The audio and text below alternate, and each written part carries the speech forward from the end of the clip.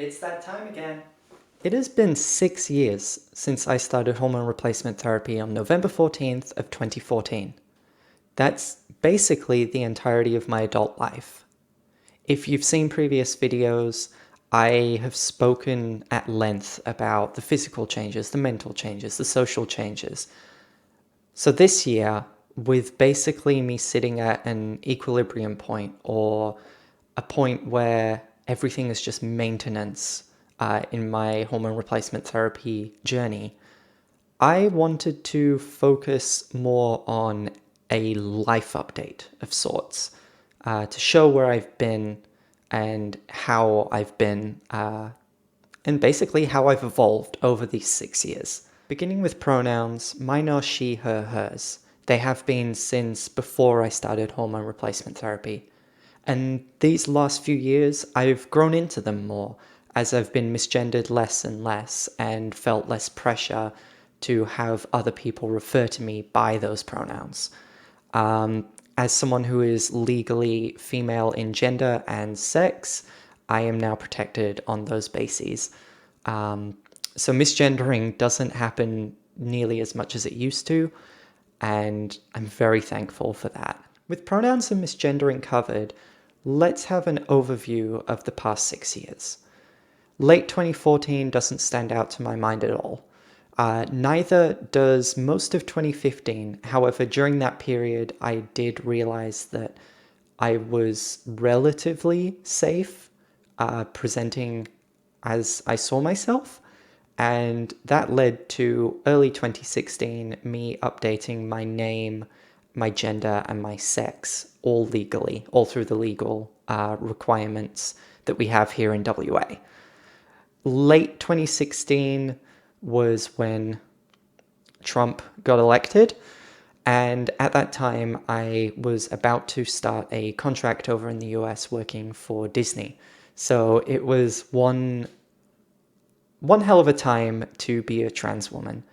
Beyond legally validating my name, my gender, and my sex, and the knowledge that I would be moving to the US at a time where a regressive president would be taking office, little stood out to me about 2016. I was completing my degree at the time, and that was about it otherwise. So 2017 rolls around, and this is the year I really came out of my shell. I really developed as a person and got out there and, well, became more of who I am. It was an adventure as an Australian moving to the US, even if it was within the Disney bubble, as they call it. I lived with 7 other women, and it was a little stressful because I was very scared as a trans person in a regressive country of the implications of that. 2017 also marks the year that I found epididymal cysts, and working with the US healthcare system to get myself checked out and make sure that I was okay was a bit of a nightmare. It was a difficult process, and as a trans person, I would not recommend it to anyone else. Luckily, later that year, the marriage equality debate here in Australia returned a yes vote by a really disappointing margin. Roughly 30-35% of Australians said no.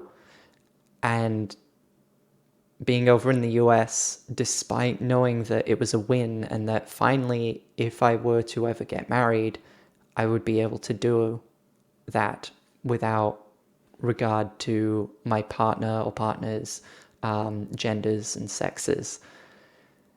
It was worrying because I had seen from overseas the toll it had taken on my friends and others in Australia. It was a bloody hard-won victory that I wasn't able to be there for. 2018, however, marked my return to Australia and the beginning of my relationship with advocacy bodies. It also marked the completion of my degree and me beginning to learn to drive. both of which were very important to me to, well, get done so that I could be a fully rounded person as far as I needed to be for myself. It was one hell of a year because it meant catching up on a lot of stuff, engaging in a lot of advocacy, and really building on those skills I developed over the past few years. 2019 has really marked where things have balanced for me, where my life is just my general self-development. By 2019, I was able to drive, I was engaging in advocacy, and I had jobs. These were all real key cornerstones to what I wanted out of my life, and they continue to be the case. And little has changed, even now in 2020. As I continue to work, I continue to engage in advocacy, and, well, I continue to drive, if we're going for continuity's sake here.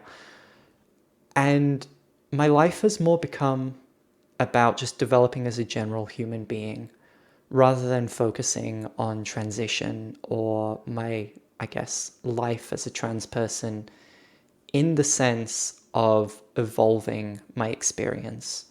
I now feel I have a decent holistic experience of myself, and I just want to develop that further. Ultimately, I suppose that's because I've been on hormone replacement therapy for over half a decade. At some point, the novelty's worn off, and that's not a bad thing. I can now focus on myself in a more holistic manner than I have done previously, and being trans is more an element of my identity rather than this key cornerstone that I need to put all of my energies into. Being trans will always contribute to my life experience. I can't separate it, and I don't want to. But I do think it's time that I stop focusing on these hormone replacement therapy logs, because unless I have a major surgery that changes things significantly, I'm kind of done. It has been 6 years. It's time for me to grow and to move on. So thank you for watching, whether it's been this entire series as time has gone on, or only recently, or even only this video. I am glad that hopefully you got something out of this, and I really hope that it's enriched your life, because it's certainly helped me to know that I'm helping people. And I think that's all I really want to do.